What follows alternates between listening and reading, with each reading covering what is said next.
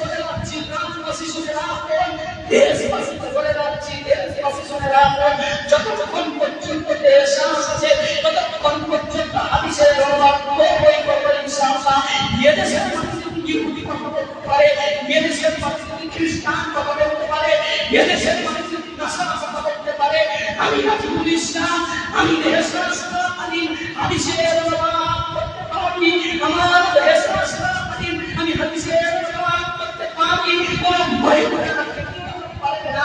আল্লাহ নবী সাল্লাল্লাহু আলাইহি ওয়াসাল্লাম বলেছেন, আলী ছাড়া ছবি মূর্তি ভেঙে খান খান করে দাও, আলী তুমি ছাড়া ভেঙে সমান করে দাও।